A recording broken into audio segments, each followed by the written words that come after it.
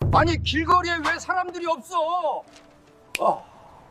장사로 하루 벌어먹고 사는 사람들은 어떻다라고? 인구가 줄어드는 도시에서 건물을 사면 어떻게 되는지 아십니까? 저는 압니다. 직접 겪었으니까요.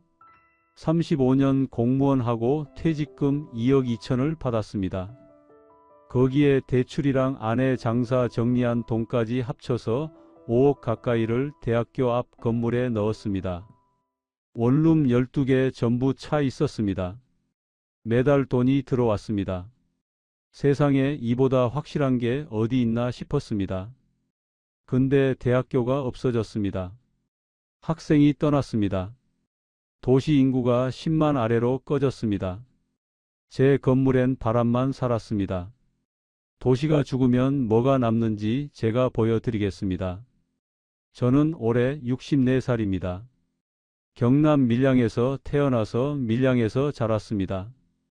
초등학교도 밀양, 중학교도 밀양, 고등학교도 밀양. 밀양 밖으로 나가본 적이라고는 군대 2년이 전부였습니다. 제대하고 바로 밀양으로 돌아왔습니다. 다른 데 갈 생각이 없었습니다. 서울이나 부산 같은 큰 도시는 사람이 너무 많아서 숨이 막힐 것 같았거든요. 밀양은 공기가 달랐습니다.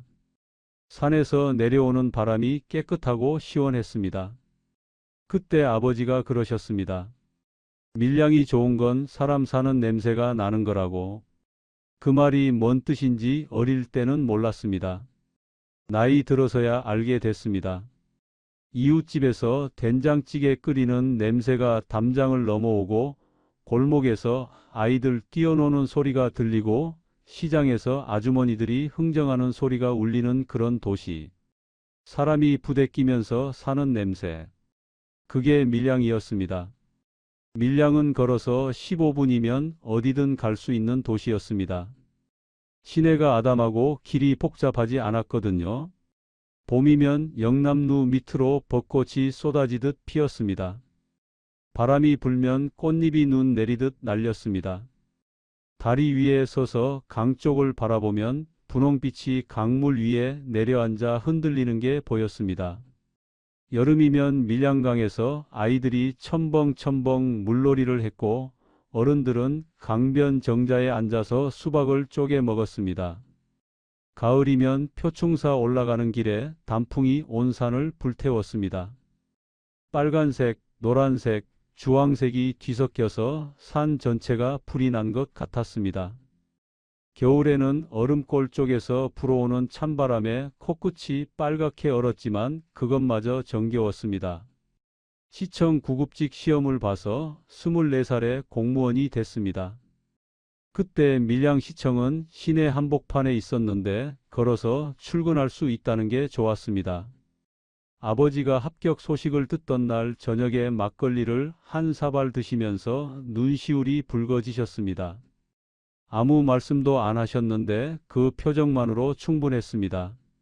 논사 짓는 아버지 밑에서 자란 아들이 시청 공무원이 됐으니까요.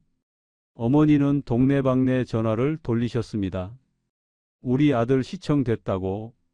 전화기를 붙잡고 1시간을 떠드셨습니다. 말단 구급직에서 시작했습니다. 서류 정리하고 민원 접수하고 우편물 나르고. 화려한 일은 아니었지만 성실하게 했습니다. 지각 한 번 안 했습니다. 35년 동안 단 한 번도요. 비가 와도 눈이 와도 아침 7시에 집을 나섰습니다. 시청까지 걸어서 15분. 골목을 지나고 사거리를 건너면 시청 정문이 보였습니다. 정문에 들어서면 수위 아저씨가 먼저 인사를 했습니다. 오늘도 일찍이시네요. 그 인사가 하루를 여는 시작이었습니다. 35년 동안 그 인사를 들으며 하루를 시작했습니다. 30대 초반에 결혼을 했습니다. 아내는 밀양시장 안에서 반찬 가게를 하는 집 딸이었습니다. 어머니가 하시던 가게를 물려받아서 28부터 30년 넘게 반찬을 만들었습니다. 가게가 3평 남짓이었습니다. 진열대 하나에 냉장고 둘. 그게 전부였습니다. 좁은 가게에서 아내가 새벽 4시에 일어나 물을 깎고 멸치를 볶고 나물을 무치는 소리가 매일 같은 시간에 들렸습니다. 아내 손맛이 동네에서는 소문이 자자했습니다. 특히 깍두기하고 멸치볶음은 단골 어르신들이 다른 데서 안 사고 일부러 찾아오실 정도였거든요. 가게가 작아도 손님이 끊이지 않았습니다. 아이가 둘 생겼습니다. 아들 하나, 딸 하나. 부자는 아니었지만 넉넉했습니다. 공무원 월급이 많지는 않았어도 꼬박꼬박 나왔고 아내 반찬 가게 수입까지 합치면 생활하는 데 부족함은 없었습니다. 아이들이 밥 먹고 학교 가고 친구들이랑 뛰어놀고 평범하지만 단단한 일상이었습니다. 둘 다 부산에서 대학을 나왔습니다. 밀양에는 마땅한 대학이 없었으니까요. 졸업 후에는 둘 다 서울로 올라갔습니다. 명절 때나 얼굴을 보는 사이가 됐지만 아이들이 건강하게 잘 살고 있으니 그걸로 됐습니다. 부모 마음이 다 그렇잖아요. 저는 밀양을 떠날 생각이 한 번도 없었습니다. 서울에서 직장 다니는 아들이 전화할 때마다 출퇴근에 1시간 반이 걸린다고 하면 도통 이해가 안 됐습니다. 매일 3시간을 길바닥에서 허비하는 삶이라니 밀양에서는 상상도 못할 일이었습니다. 여기서는 어딜 가든 15분이면 닿으니까요. 버스가 5분 늦어도 아무도 화를 안 냈습니다. 정류장에서 옆 사람이랑 날씨 이야기를 하다 보면 버스가 왔으니까요. 서두르는 사람이 없었습니다. 그게 밀양이었습니다. 공무원 생활 35년이 눈 깜짝할 사이에 지나갔습니다. 뒤돌아보면 특별한 사건은 없었습니다. 매일 같은 시간에 출근하고 같은 자리에 앉아서 같은 종류의 일을 했습니다. 진급 시험 봐서 올라가고 부서 이동하고 후배 들어오면 가르쳐주고 팀장까지 올라갔습니다. 화려한 직급은 아니었지만 35년 무사고 무징계. 그게 제 자랑이었습니다. 퇴임할 때 표창장을 하나 받았는데 액자에 넣어서 거실 벽에 걸어뒀습니다. 그게 35년의 증거였습니다. 근대 시청에서 일하면서 한 가지 눈에 밟히는 게 있었습니다. 밀양대학교 앞이었습니다. 퇴근길에 항상 그 앞을 지나쳤거든요. 대학교 앞 사거리는 밀양에서 가장 시끄럽고 가장 활기찬 곳이었습니다. 학생들이 수천 명이 있었으니까요. 하숙집, 원룸, 식당, 카페, 술집, 문구점, 복사집. 저녁 때가 되면 학생들이 쏟아져 나왔고 웃음소리가 거리에 넘쳤습니다. 학교 담장 너머로 음악 소리가 들려오고 축제 때면 거리 전체가 들썩였습니다. 그 풍경을 30년 넘게 봐왔습니다. 지나칠 때마다 생각했습니다. 저기는 절대 안 망하겠다. 사람이 저렇게 많은데? 그 생각이 제 머릿속에 단단하게 박혀 있었습니다. 뿌리처럼 깊이 내린 믿음이었습니다. 근데 그때는 몰랐습니다. 이 도시가 발밑에서부터 천천히, 아주 천천히 꺼지고 있었다는 걸요. 배가 한쪽으로 기울고 있었는데 갑판 위에 서 있는 사람은 수평인 줄 알고 있었던 겁니다. 59세 되던 해였습니다. 시청에서 명예퇴직 이야기가 나왔습니다. 35년 근속이면 퇴직 수당이 꽤 나옵니다. 퇴직금까지 합치면 2억 2천만 원이 손에 쥐어지는 거였습니다. 주변에서 다들 말리더군요. 공무원 연금 받으면서 편하게 살라고, 그 돈 건드리지 말라고. 같은 해에 퇴직한 동기 녀석이 소주 한 잔 기울이면서 이런 말을 했습니다. 야, 우리 나이에 제일 좋은 투자가 뭔지 알아? 아무것도 안 하는 거야. 저는 코웃음을 쳤습니다. 아무것도 안 하고 어떻게 사냐고. 연금이라는 게 한 달에 200만 원 남짓인데 물가는 오르지 연금은 그대로지. 병원비는 나이 들수록 늘어나지. 200만 원으로 뭘 할 수 있겠냐고. 아내 반찬 가게도 예전 같지 않았습니다. 대형 마트가 들어오면서 시장을 찾는 사람이 해마다 줄었거든요. 30년 넘게 장사했는데 매출이 반토막이 난 지 오래였습니다. 아내가 새벽에 일어나서 준비하는 양은 예전과 같은데 팔리는 양은 절반도 안 됐습니다. 뭐라도 해야 한다는 생각이 머릿속을 꽉 채우고 있었습니다. 가만히 앉아 있으면 마음이 곱는 것 같았습니다. 아침에 일어나면 갈 곳이 없고, 낮에는 거실 소파에 앉아 TV만 보고, 35년을 매일 같은 시간에 출근하던 사람한테 할 일이 없다는 건 죽는 것보다 괴로운 거였습니다. 그러던 어느 날이었습니다. 퇴근길 습관이 남아서 옛날 다니던 길을 걷고 있었는데 밀양대 앞을 지나가다가 건물 하나에 매물 안내문이 붙어 있는 걸 봤습니다. 발걸음이 멈췄습니다. 종이에 적힌 글씨를 손가락으로 짚어가며 읽었습니다. 원룸 12세대, 만실 운영 중, 월 임대 수입 420만원, 1층 상가 포함. 심장이 뛰기 시작하더군요. 420만원이면 아내 반찬가게 한 달 매출보다 많은 돈이었습니다. 아내가 새벽 4시에 일어나서 하루 종일 서서 장사해야 버는 돈을 건물 하나가 가만히 앉아서 벌어다 준다는 겁니다. 그것도 매달이요. 부동산에 들어갔습니다. 사장님이 자료를 보여주면서 계산기를 탁탁 두드렸습니다. 원룸 12개 보증금 500에 월세 35만원. 전부 입주 중이고 1층 상가까지 합치면 월 500만원 가까이 된다고. 매매가는 3억 5천이었습니다. 사장님이 숫자를 적어가면서 설명하는데 그 숫자가 눈앞에서 반짝반짝 빛나는 것 같았습니다. 집에 와서 저녁 밥상에 앉아 아내한테 조심스럽게 꺼냈습니다. 대학교 앞에 건물 하나 사자고. 원룸 12개짜리인데 퇴직금 넣고 대출 좀 받으면 된다고. 매달 500만원 가까이 들어온다고. 아내가 젓가락을 내려놓더니 저를 한참 쳐다봤습니다. 밥상 위에 김이 모락모락 올라오는데 아내 눈이 차가웠습니다. 그리고 조용히 한마디 했습니다. 그냥 편하게 살면 안 되겠냐고. 저는 고개를 저었습니다. 편하게 사는 건 아무것도 안 하는 거라고. 뭐라도 해야 사람이라고. 가만히 있으면 마음이 썩는다고. 아내가 더 이상 말을 안 하더군요. 입술을 꾹 다물고 밥만 먹었습니다. 반대한다는 뜻이었습니다. 근데 저는 이미 마음을 정한 뒤였습니다. 아내가 반대하는 건 소극적인 성격 때문이라고 생각했습니다. 30년 동안 3평짜리 가게에서만 장사한 사람이니까 큰 그림을 못 보는 거라고. 지금 생각하면 그 판단이 얼마나 오만한 것이었는지 뼈저리게 느낍니다. 거기다 욕심을 하나 더 부렸습니다.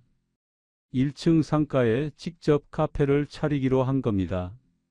남한테 세를 주면 월세가 들어오지만 직접 장사를 하면 더 벌 수 있다는 계산이었습니다. 인테리어에 3천만원, 커피 기계랑 집기 사는데 2천만원, 합쳐서 5천만원이 추가로 들었습니다.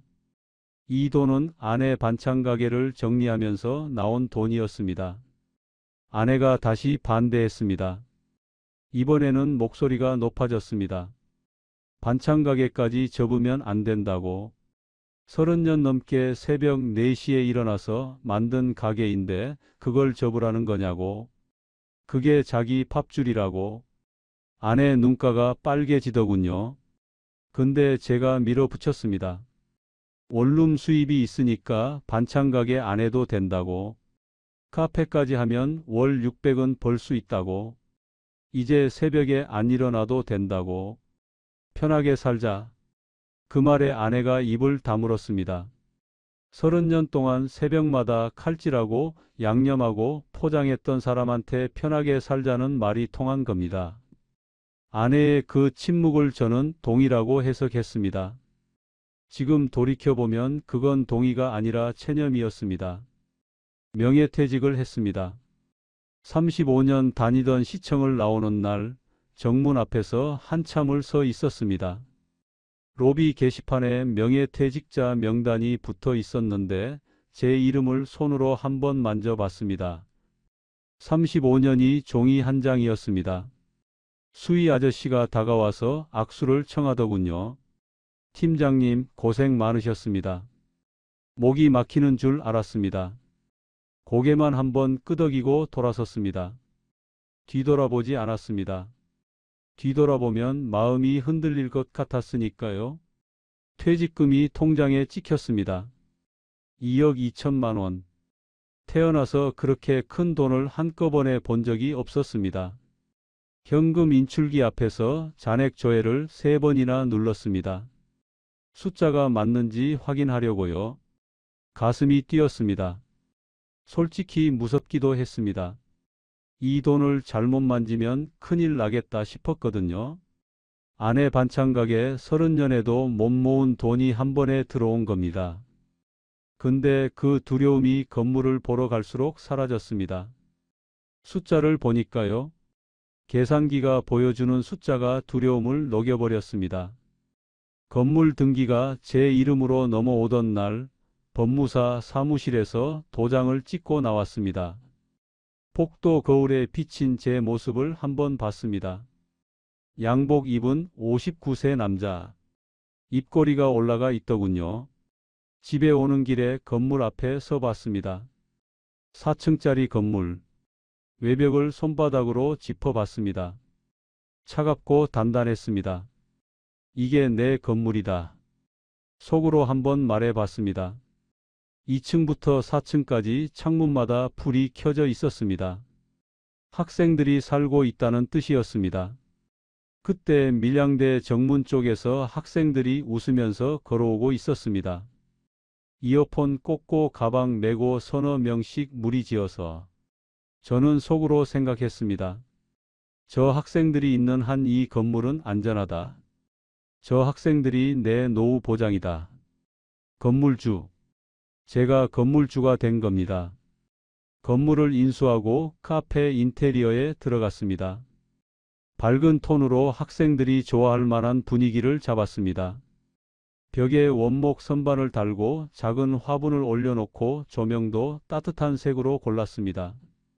요즘 젊은 사람들이 좋아하는 분위기가 어떤 건지 인터넷으로 찾아보면서 하나하나 신경을 썼습니다.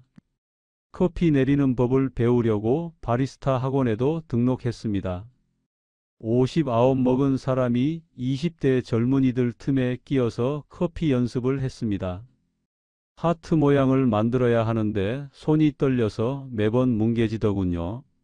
강사가 괜찮다고 처음엔 다 그렇다고 해줬는데 옆에 있던 젊은 수강생은 한 번에 척 해내는 걸 보니 민망하기도 했습니다. 집에 와서 연습을 했습니다. 컵에 우유를 따르는 연습을 수십 번씩. 아내가 부엌에서 그 모습을 보더니 한숨을 쉬면서도 아무 말 안 하더군요. 근데 즐거웠습니다. 새로운 걸 배운다는 게 이 나이에도 설레더군요. 35년 동안 서류만 만지던 사람이 커피를 내리고 있다는 게 신기했습니다. 카페를 열었습니다. 오픈 첫날 아내가 꽃다발을 들고 왔습니다. 표정이 밝지는 않았지만 와준 것만으로 고마웠습니다. 꽃다발을 카운터 위에 올려놓으니까 가게가 환해지는 것 같았습니다. 동네 지인들이 축하한다고 몇 분 오셨고 시청 후배들도 얼굴을 비쳤습니다. 지나가던 학생들이 호기심에 들어오기도 했습니다. 첫날 매출 18만 원.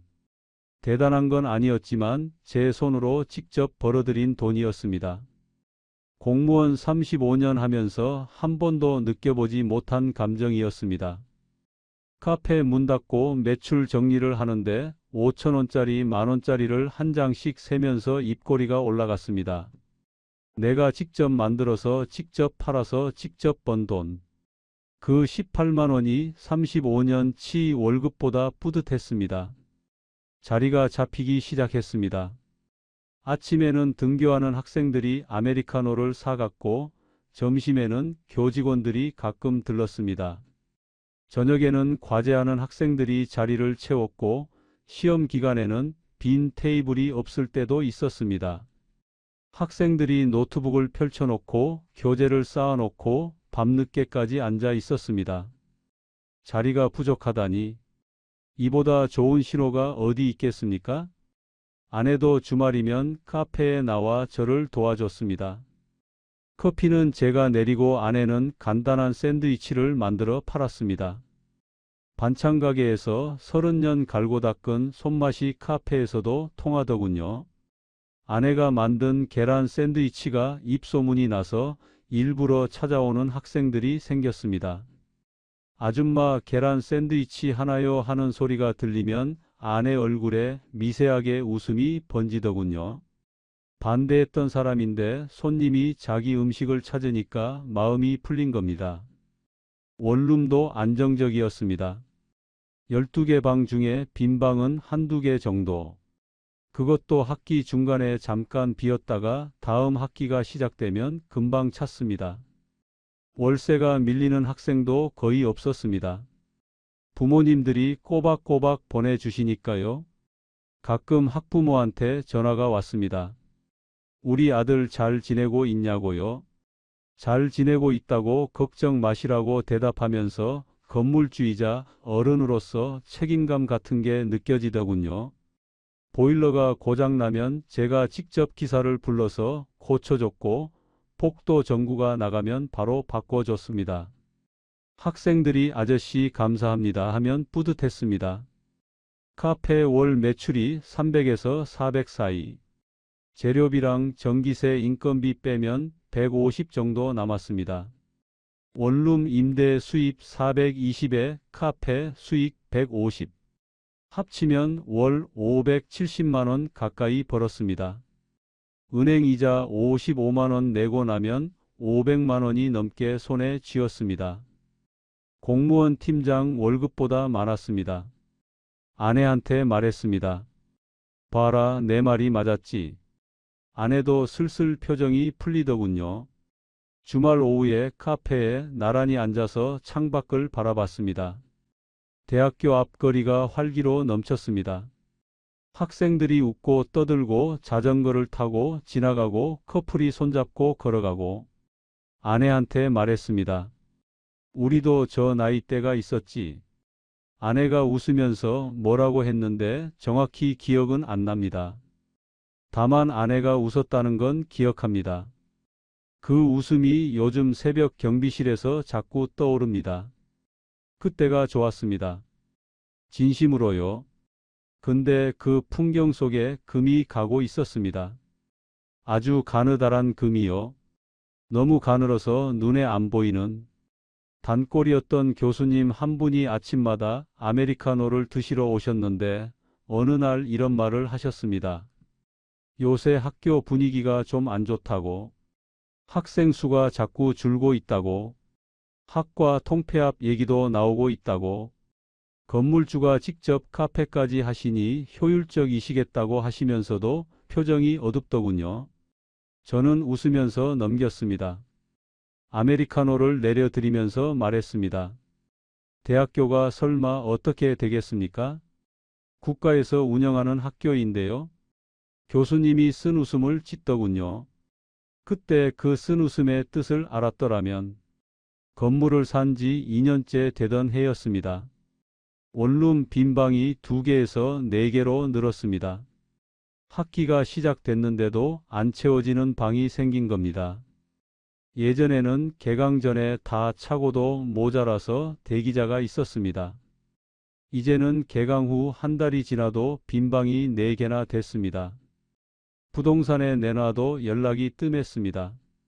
예전에는 방 하나 비었다고 올려놓으면 2, 3일 안에 전화가 왔습니다. 이제는 일주일이 지나도 감감무소식이었습니다. 부동산 사장님한테 전화하면 비슷한 대답만 돌아왔습니다. 요즘 학생들이 안 들어온다고. 밀양대 쪽 원룸이 전체적으로 안 찬다고. 학생 수가 줄었다는 건 알겠는데 그래도 학교는 있으니까 내년이면 다시 차겠지. 그렇게 생각했습니다. 일시적인 현상이라고. 대학교는 매년 신입생을 뽑으니까 봄이 오면 다시 사람이 찰 거라고. 카페 매출도 조금씩 빠지기 시작했습니다.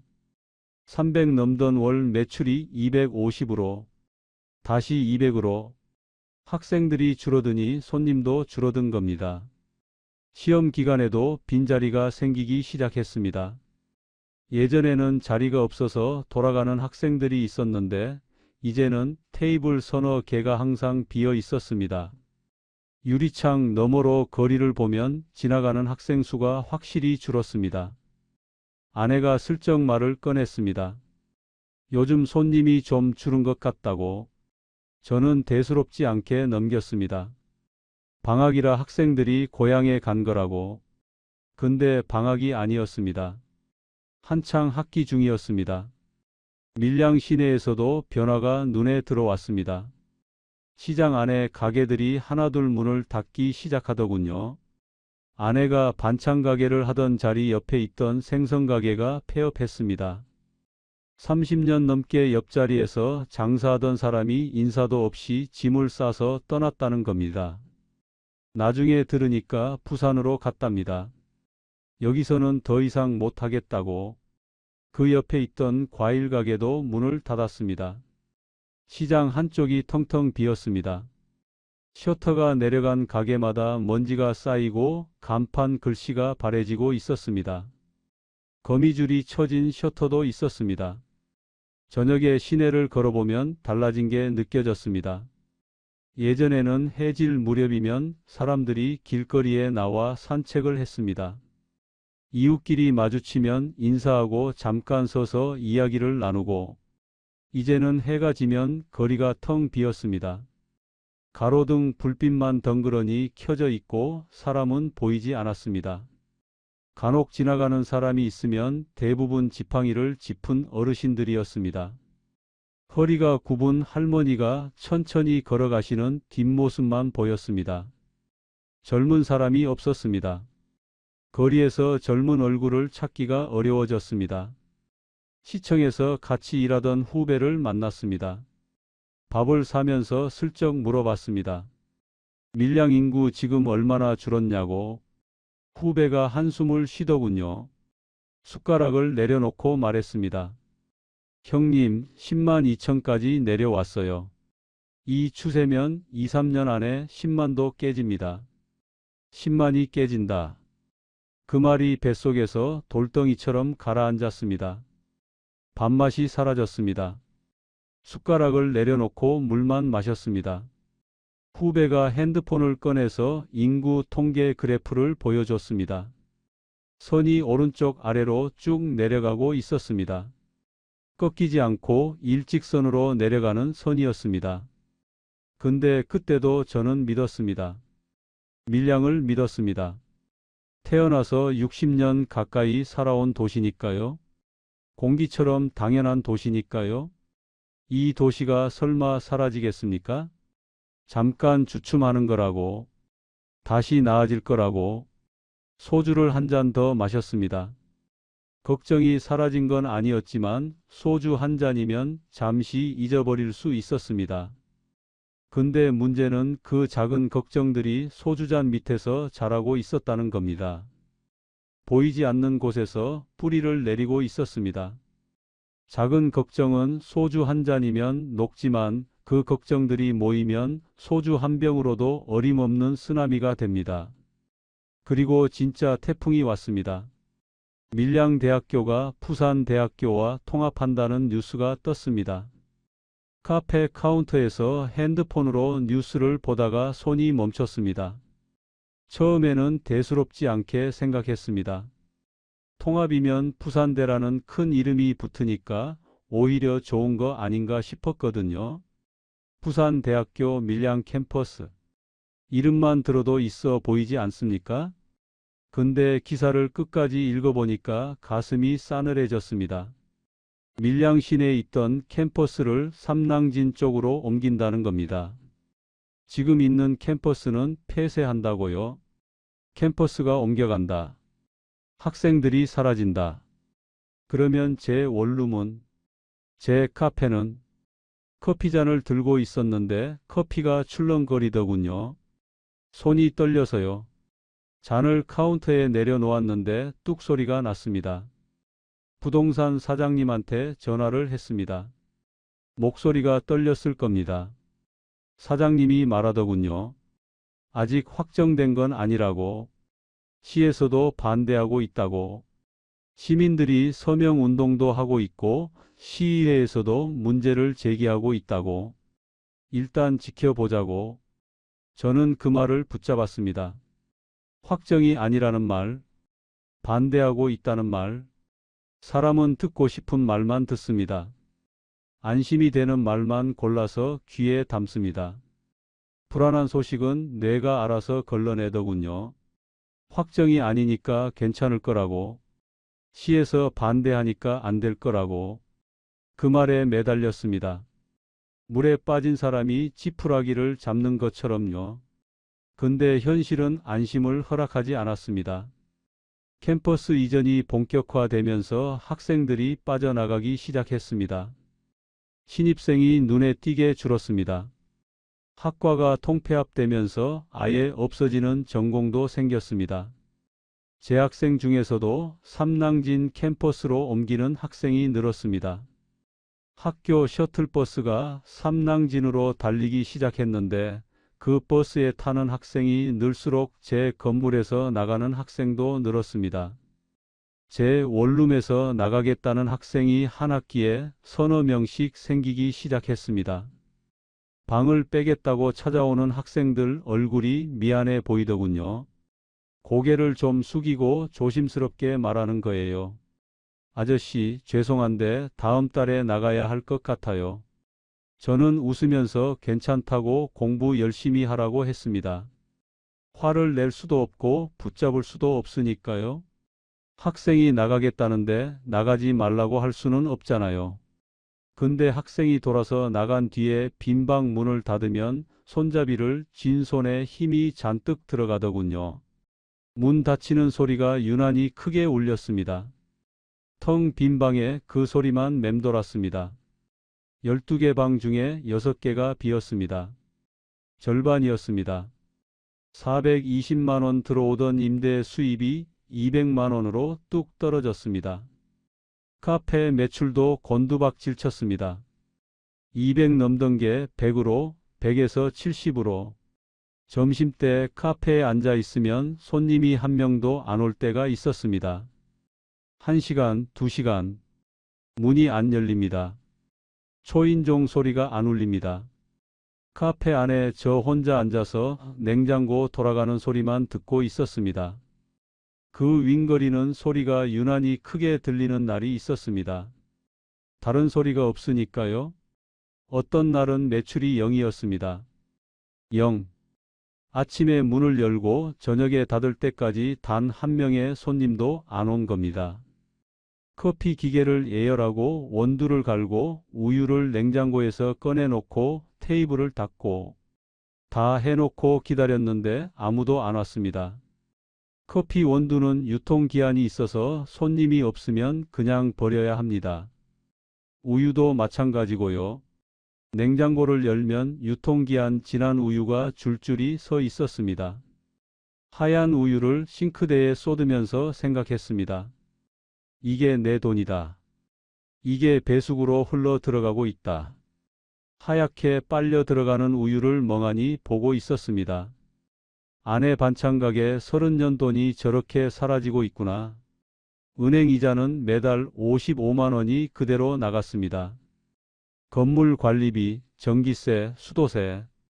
빈방이 늘어도 엘리베이터는 돌아가야 하고 복도 조명은 켜놔야 하고 겨울에는 동파 방지를 위해 빈방에도 보일러를 최소한으로 돌려야 했습니다. 정화조 관리도 해야 하고 소방 점검도 받아야 합니다. 사람은 없는데 돈은 나갑니다. 매달 적자가 쌓이기 시작했습니다. 처음에는 50만 원, 100만 원. 남겨놓은 돈에서 메꿨습니다. 다음 학기에 학생이 들어오면 된다고 스스로를 달랬습니다. 근데 다음 학기에도 안 찼습니다. 그 다음 학기에도 매달 통장에서 빠져나가는 돈을 보면서도 다음 달에는 나아질 거라고, 내년에는 괜찮을 거라고 속으로 되뇌었습니다. 아내가 장부를 들여다보더니 얼굴이 굳었습니다. 부엌에서 설거지를 하는데 그릇 부딪히는 소리가 평소보다 거칠었습니다. 접시 하나를 싱크대에 내려놓는 소리가 쾅 하고 울렸습니다. 화가 난 겁니다. 말은 안 했지만 설거지 소리로 알 수 있었습니다. 30년 넘게 같이 산 사람이니까요. 저는 거실에 앉아서 그 소리를 듣고 있었습니다. TV를 켜놨지만 무슨 프로그램인지 모르겠었습니다. 그리고 밀양대학교가 완전히 문을 닫았습니다. 캠퍼스 이전이 아니라 사실상 폐교였습니다. 이름만 부산대학교 밀양 캠퍼스로 남기고 밀양 시내에 있던 캠퍼스는 체인으로 정문이 묶였습니다. 녹슨 체인이었습니다.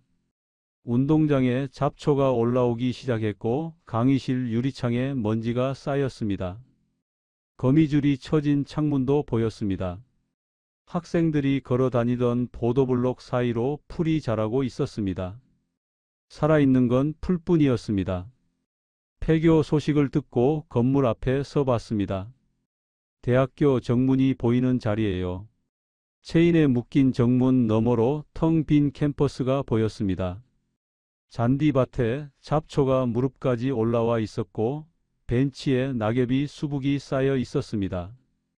바람이 불면 낙엽이 운동장을 가로질러 굴러갔습니다.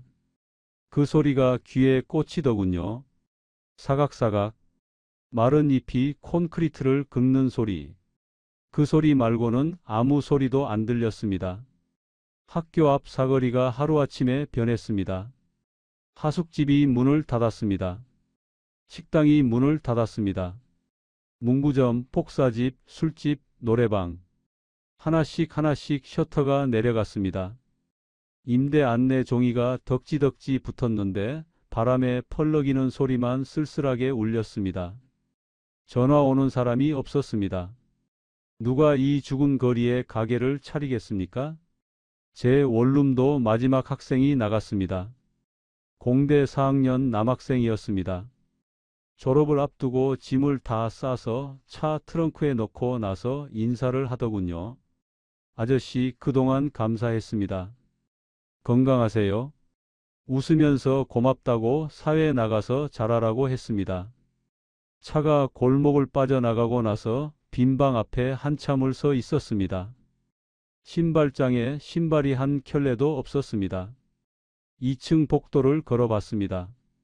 제 발소리만 울렸습니다. 빈방 문을 하나씩 열어봤습니다. 때 묻은 슬리퍼, 벽에 붙였다 뗀 자국, 싱크대 위에 놓인 라면 봉지. 서둘러 나간 흔적들이었습니다. 어떤 방 창턱에 작은 선인장 화분이 말라 있었습니다. 물을 안 줬으니까요. 주인이 떠난 방에 선인장만 남았습니다. 복도 형광등을 끄기로 했습니다. 전기세가 아까우니까요. 2층, 3층, 4층. 스위치를 하나씩 내렸습니다. 찰칵, 찰칵, 찰칵. 복도가 어두워졌습니다. 계단을 내려오는데 제 그림자가 벽에 길게 늘어졌습니다. 유령의 집이 된 겁니다. 제 건물이요. 밀양 인구가 10만 아래로 떨어졌다는 뉴스가 나온 건 그 무렵이었습니다. 경남 밀양시 인구 10만 붕괴. 도시 지위 상실 위기. 텅 빈 카페 카운터에 앉아서 그 뉴스를 봤습니다. 핸드폰을 내려놓고 카운터에 팔을 괴었습니다. 카페 안이 조용했습니다. 냉장고 돌아가는 소리만 윙거렸습니다. 카페를 접었습니다. 더 이상 버틸 수가 없었습니다. 마지막 날 아침에 평소처럼 문을 열었습니다. 테이블을 닦고 커피 기계를 예열하고 원두를 갈았습니다. 습관이었습니다. 손님이 안 올 거라는 걸 알면서도 준비를 한 겁니다. 2년 넘게 매일 아침 해온 일이니까요. 몸이 기억하고 있었습니다. 1시간을 기다렸습니다. 아무도 안 왔습니다. 창밖으로 거리를 봤습니다. 지나가는 사람이 없었습니다. 커피 기계 전원을 껐습니다. 버튼을 누르는 손가락에 힘이 없었습니다. 기계가 서서히 식으면서 내는 소리가 긴 한숨처럼 들렸습니다.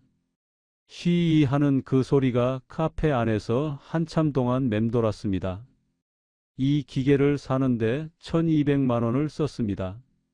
바리스타 학원까지 다니면서 배운 기계입니다. 중고로 내놨는데 팔리지 않았습니다. 밀양에서 카페를 새로 차릴 사람이 누가 있겠습니까? 결국 폐기물 업체 불러서 100만 원 받고 넘겼습니다. 1200만 원짜리가 100만 원이 된 겁니다. 업체 직원 2명이 기계를 들고 나가는데 2년 넘게 매일 닦고 관리하던 기계가 트럭 짐칸에 아무렇게나 실리는 걸 봤습니다. 깨진 의자 옆에 나란히 놓이더군요. 제가 정성 들여 닦던 기계가 폐기물 취급을 받는 거였습니다. 고개를 돌렸습니다. 인테리어 철거 비용이 또 들었습니다. 원상 복구를 해야 상가를 내놓을 수 있으니까요. 철거 인부들이 와서 제가 고르고 골랐던 타일을 뜯어내고 조명을 떼어내고 벽지를 벗겼습니다. 원목 선반이 부서지면서 위에 올려놨던 화분이 바닥에 떨어져 깨졌습니다. 반나절 만에 카페는 흔적도 없이 사라졌습니다. 콘크리트 벽이 드러난 빈 상가에 먼지만 풀풀 날렸습니다. 2년 전 인테리어에 3천만 원을 쏟았던 공간이 빈 콘크리트 상자가 된 겁니다. 건물 전체가 비었습니다. 4층짜리 건물 원룸 12개, 1층 상가. 전부 깜깜했습니다. 밤에 지나가면 주변 건물도 마찬가지였습니다. 대학교 앞거리 전체가 불이 꺼져 있었습니다. 가로등 불빛만 도로를 비추고 양쪽 건물은 전부 어두웠습니다. 낮에 지나가도 으스스했습니다. 이자가 밀리기 시작했습니다. 은행에서 전화가 왔습니다. 처음에는 부드러운 목소리로 이자 납부가 밀렸다고, 확인 부탁드린다고, 저는 조금만 기다려 달라고 했습니다. 다음 달에는 꼭 내겠다고. 근데 다음 달에도 못 냈습니다. 그 다음 달에도. 은행 전화를 받는 게 점점 무서워졌습니다. 핸드폰에 모르는 번호가 뜨면 심장이 쿵 내려앉았습니다. 전화벨이 울리면 온몸이 굳었습니다. 호칭도 바뀌더군요. 처음에는 고객님이었는데 어느 순간부터 채무자님이 됐습니다. 같은 사람인데 호칭이 바뀌니까 제가 다른 사람이 된 것 같았습니다. 공무원 팀장에서 건물주로, 건물주에서 채무자로. 이름은 같은데 불리는 이름이 달라졌습니다. 내용 증명이 날아왔습니다. 우체부가 등기를 건넸을 때 봉투가 납덩이처럼 무거웠습니다. 손이 젖어서 봉투가 미끄러졌습니다. 찢어서 열었습니다. 상환 기한 내에 갚지 않으면 담보 처분 절차에 들어간다고. 담보가 제 건물이었습니다. 건물이 남의 손에 넘어간다는 뜻이었습니다. 글자가 눈에 안 들어와서 3번을 읽었습니다. 3번을 읽어도 현실로 안 느껴졌습니다. 아내한테 말할 수가 없었습니다. 근데 감출 수도 없었습니다. 우편물이 집으로 오니까요. 그날 저녁에 집에 들어갔는데 아내가 거실에 앉아 있었습니다. 불도 안 켜고요. 식탁 위에 하얀 봉투가 놓여 있었습니다. 가로등 빛이 거실 창으로 들어와서 봉투가 희미하게 보였습니다. 아내가 봉투를 손가락으로 톡톡 치면서 물었습니다. 이게 뭐냐고. 저는 아무 말도 못했습니다. 신발도 못 벗고 현관에 서 있었습니다. 아내 얼굴을 볼 수가 없었습니다. 어두워서가 아니라 쳐다볼 수가 없어서. 현관 타일 바닥만 내려다봤습니다. 달아빠진 제 구두코가 보이더군요. 그날 밤 아내가 말했습니다.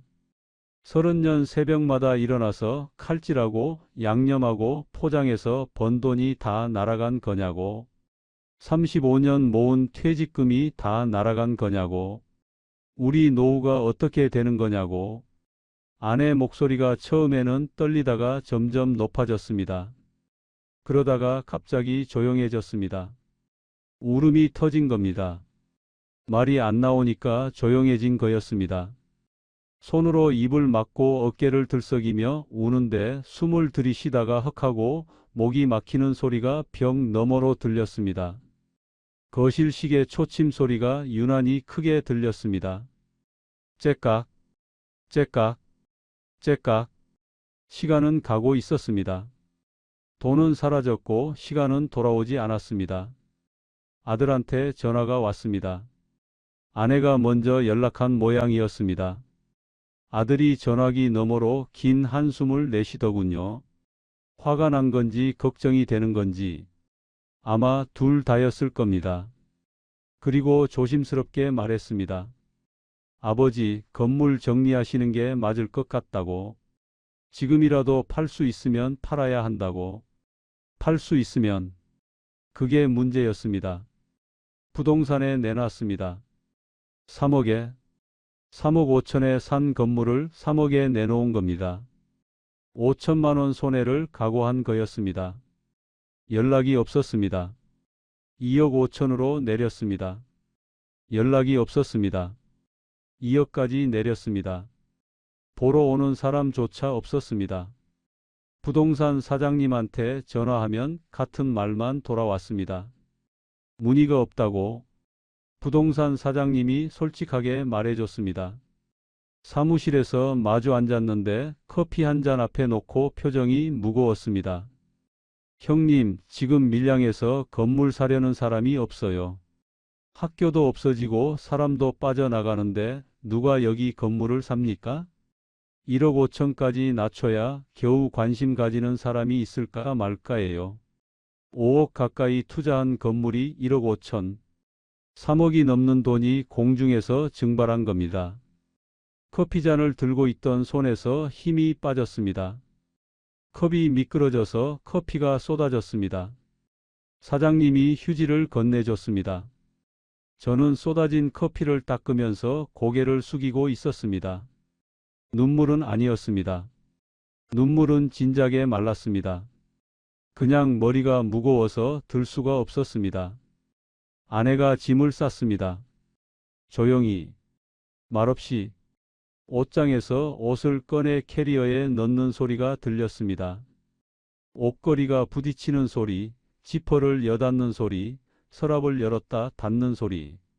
저는 거실에 앉아서 그 소리를 듣고 있었습니다. TV도 안 켜고 그냥 앉아서요. 친정이 창원에 있는데 거기 가서 좀 있겠다고 했습니다. 헤어지자는 말은 안 했습니다. 근데 캐리어를 끌고 나가는 아내의 뒷모습을 보면서 알았습니다. 당분간은 안 돌아올 거라는 걸요. 캐리어 바퀴가 복도 바닥을 구르는 소리가 멀어져 갔습니다.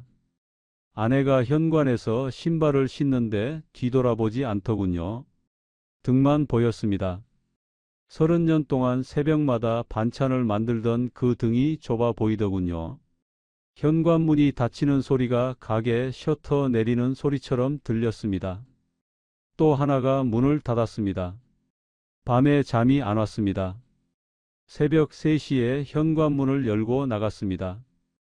건물이 보이는 골목까지 걸어갔습니다. 4층짜리 제 건물. 창문 12개가 전부 깜깜했습니다. 바람이 불었습니다. 2월 밀양의 새벽 바람은 뼈를 파고듭니다. 얇은 잠바만 걸치고 나왔는데 추위가 온몸을 감쌌습니다. 근데 한참을 서 있었습니다. 건물을 올려다보면서. 건물은 결국 1억 4천에 넘겼습니다. 외지에서 온 사람이 직원 숙소용으로 쓰겠다고 해서 간신히 계약이 된 겁니다. 그 사람이 건물을 둘러보고 나서 고개를 갸우뚱하더군요. 관리 상태는 괜찮은데 위치가 좀 그렇다고.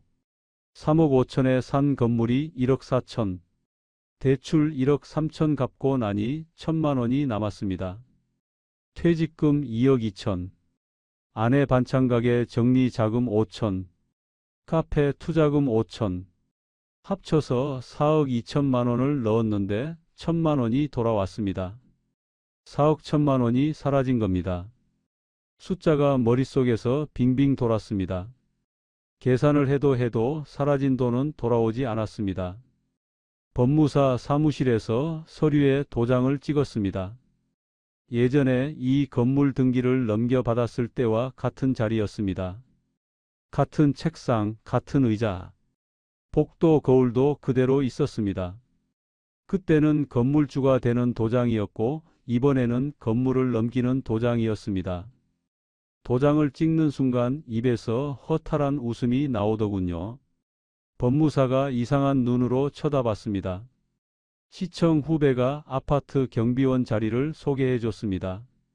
월급 200만 원이 안 됐습니다.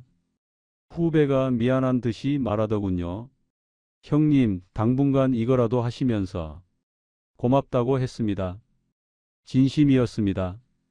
이 나이에 일자리가 있다는 것만으로도 감사한 거니까요. 시청 팀장 하던 사람이 아파트 경비원이 됐다는 게 부끄럽지 않았냐고요. 부끄러울 여유가 없었습니다. 빚이 남아 있었으니까요. 새벽 교대 근무를 시작했습니다. 경비실 접이식 의자에 앉아서 아파트 주차장을 바라보는 게 일이었습니다. 좁은 공간에 접이식 의자 하나, 소형 TV 하나, 전기장판 하나. 그게 제 사무실이었습니다. 새벽 2시, 3시. 차 한 대 안 지나가는 주차장을 멍하니 보고 있으면 지난 일들이 머릿속에서 영화처럼 돌아갔습니다. 형광등이 지직거리면서 깜빡일 때마다 벽에 비친 제 그림자가 흔들렸습니다. 라디오를 틀어놨습니다. 새벽 라디오에서 옛날 노래가 나왔습니다. 그 노래를 들으면서 주차장을 바라봤습니다. 아들이 한번 내려왔습니다. 서울에서 먼 길 왔을 텐데 경비실까지 찾아와서 저를 봤습니다. 경비실 안을 둘러보더니 아무 말이 없었습니다. 시청 팀장 하던 아버지가 앉아 있는 곳이 여기였으니까요. 아들 눈이 빨개지는 걸 봤습니다. 근데 울지는 않았습니다. 애써 참는 게 보이더군요. 아들이 편의점에서 사온 김밥을 건네주면서 한마디 했습니다. 아버지, 서울 올라오시면 안 되겠냐고. 고개를 저었습니다. 여기가 내 고향이라고. 갈 데가 여기밖에 없다고. 60년을 산 도시를 어떻게 떠나겠냐고. 도시가 죽어가고 있어도 여기가 제 뿌리니까요. 아들이 돌아가고 나서 김밥을 펼쳤습니다. 한 줄을 다 먹지 못했습니다. 목구멍이 막혀서요. 나머지는 비닐에 싸서 경비실 구석에 놨습니다. 새벽에 배가 고파서 꺼내 먹었는데 밥이 딱딱해져 있었습니다. 아내한테는 한 달에 한 번 정도 전화를 합니다. 안부만 묻고 끊습니다. 길게 할 말이 없습니다. 미안하다는 말은 너무 많이 해서 달아버렸습니다. 전화를 끊고 나면 핸드폰을 경비실 책상에 내려놓고 한참을 멍하니 앉아 있습니다. 화면이 꺼져도 그대로 보고 있습니다. 화면에 비친 제 얼굴이 늙었더군요. 5년 전보다 10년은 더 늙은 것 같았습니다. 돌이켜보면 제가 놓친 게 너무 많았습니다. 첫째, 저는 건물만 보고 도시를 안 봤습니다. 건물 상태가 좋은지, 원룸이 몇 개인지, 임대 수입이 얼마인지 그런 숫자만 따졌습니다. 정작 이 건물이 서 있는 도시가 살아있는지 죽어가고 있는지는 들여다보지 않았습니다. 밀양 인구가 해마다 줄고 있다는 건 시청에서 일할 때부터 알고 있었습니다. 통계 자료를 제 손으로 만진 적도 있었습니다. 인구 동태표를 직접 정리한 적도 있었습니다. 근데 남의 일이었습니다. 숫자가 줄어드는 걸 보면서도 그게 제 건물, 제 카페, 제 노후에 어떤 영향을 미칠지는 연결짓지 못했습니다. 나무만 보고 숲을 못 본 겁니다. 둘째, 대학교 하나에 모든 걸 걸었습니다. 밀양대가 있으니까 학생이 있고 학생이 있으니까 원룸이 차고 원룸이 차니까 돈이 들어온다. 이 논리는 대학교가 영원할 때만 성립합니다. 대학교가 사라질 수 있다는 걸 한 번도 진지하게 생각해 본 적이 없었습니다. 전국에서 대학교가 문을 닫고 있다는 뉴스를 봤으면서도 우리 학교는 아니겠지 하고 넘겼습니다. 사람은 자기한테는 안 일어날 거라고 믿는 본능이 있습니다. 그 본능이 저를 망하게 했습니다. 셋째, 빠져나올 타이밍을 놓쳤습니다. 캠퍼스 이전 이야기가 처음 나왔을 때 건물을 팔았으면 3억은 받을 수 있었습니다. 5천만 원 손해를 보더라도 그때 팔았어야 했습니다. 근데 확정이 아니라는 말에 매달렸습니다. 부동산 값이 다시 오를 거라는 헛된 기대를 버리지 못했습니다. 작은 손해를 감수하지 못해서 큰 손해를 당한 겁니다. 손가락이 아플 때 빼야 팔을 잃지 않습니다. 넷째, 퇴직금 전부를 한 곳에 넣었습니다. 거기다 아내 장사 정리한 돈까지. 가진 돈 전부를 한 건물에 몰아넣었습니다. 한 바구니에 달걀을 전부 담은 겁니다. 절반만 넣었더라면 이렇게까지 참담하지는 않았을 겁니다. 적어도 아내가 캐리어를 끌고 나가는 일은 없었을 겁니다.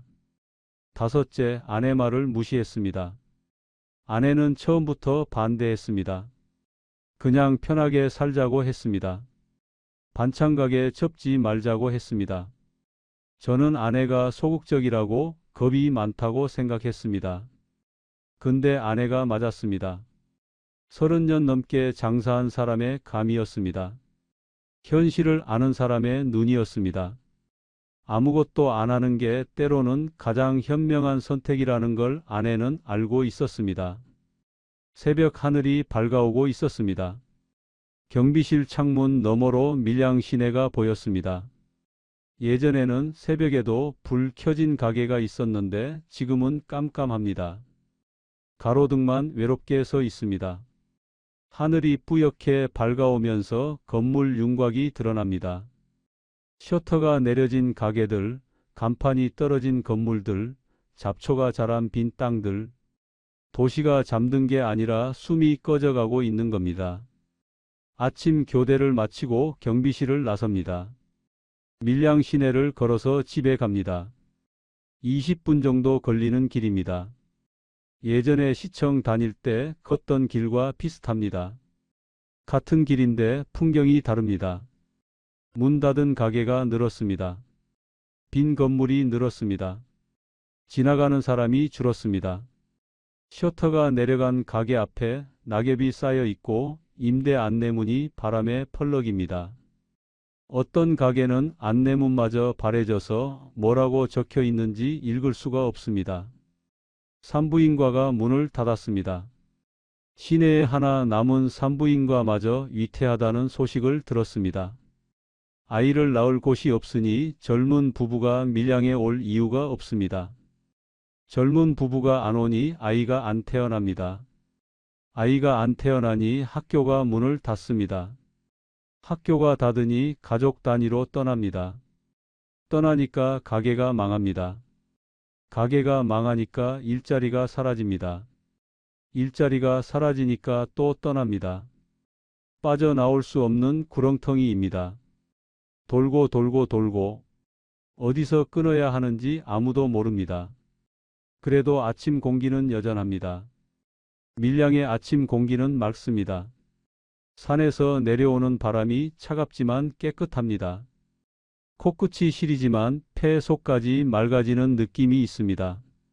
그 공기를 마시면서 걷다 보면 그래도 살아있구나 하는 생각이 듭니다. 밀양강을 건넙니다. 강물이 흐르고 있습니다. 도시가 텅텅 비어도 강물은 그대로 흐릅니다. 멈추지 않습니다. 다리 위에서 한참을 서서 강물을 바라봅니다. 물은 멈추지 않는구나. 사람도 그래야 하는 거구나.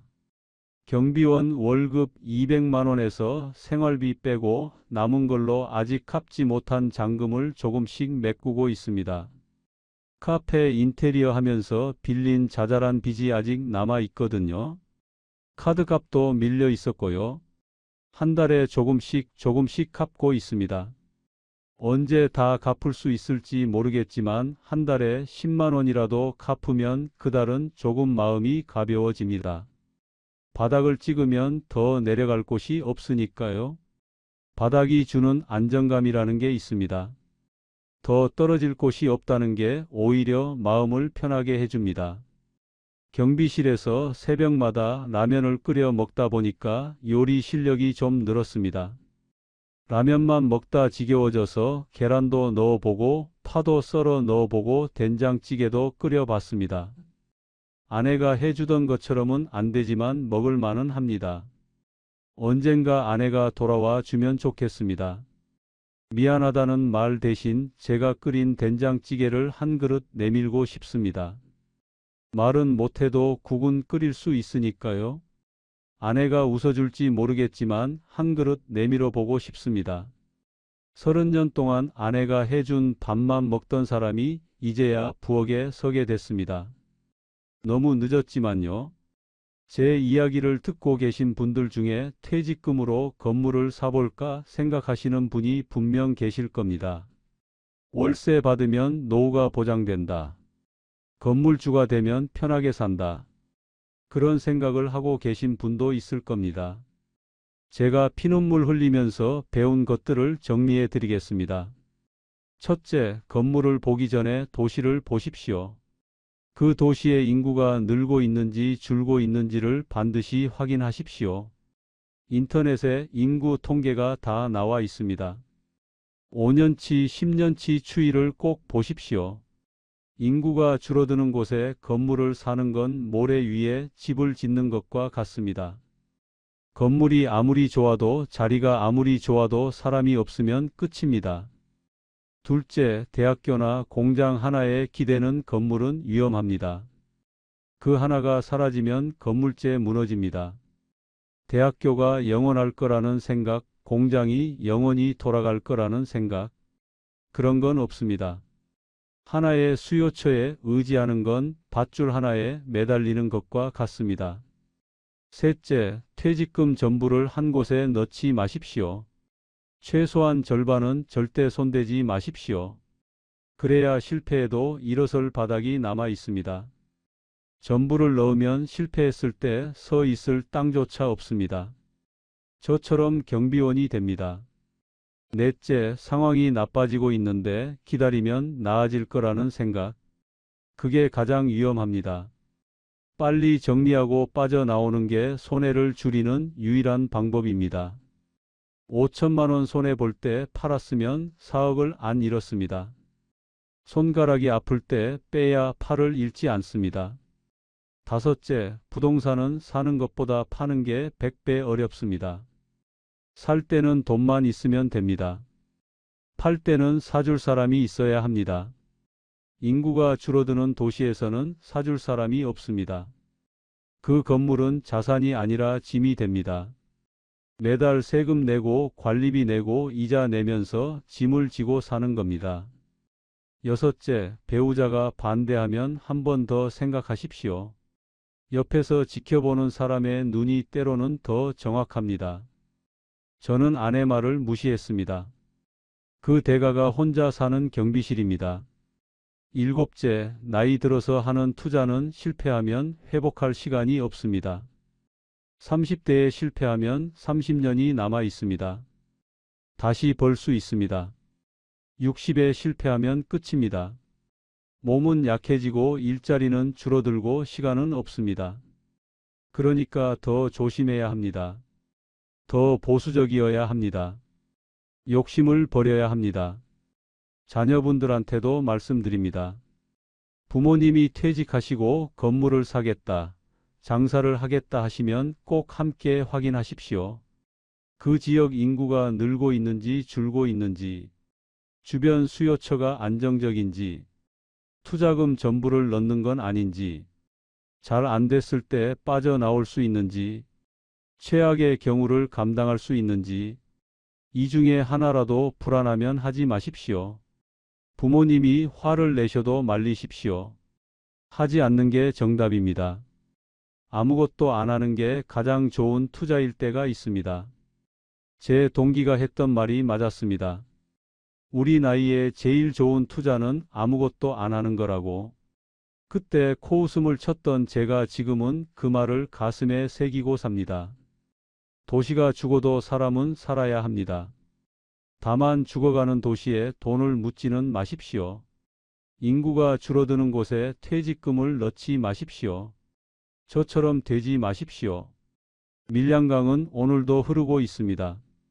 도시가 어떻게 되든 강물은 멈추지 않습니다. 저도 멈추지 않겠습니다. 느리지만 한 걸음씩, 언젠가 아내한테 된장찌개 한 그릇 내밀 수 있는 날이 오기를 바라면서 긴 이야기 끝까지 들어주셔서 감사합니다. 혹시 비슷한 경험이 있으신 분 계시면 댓글로 이야기 나눠 주십시오. 퇴직 후 투자했다가 힘들었던 이야기도 좋고, 살고 계신 동네가 점점 사람이 줄고 있다는 이야기도 좋습니다. 아니면 지금 투자를 고민하고 계신 분도 댓글로 한 말씀 남겨주시면 서로한테 도움이 될 수 있을 겁니다. 혼자 끙끙 앓지 마시고 여기서 나누면 조금은 가벼워질 수 있습니다. 감사합니다.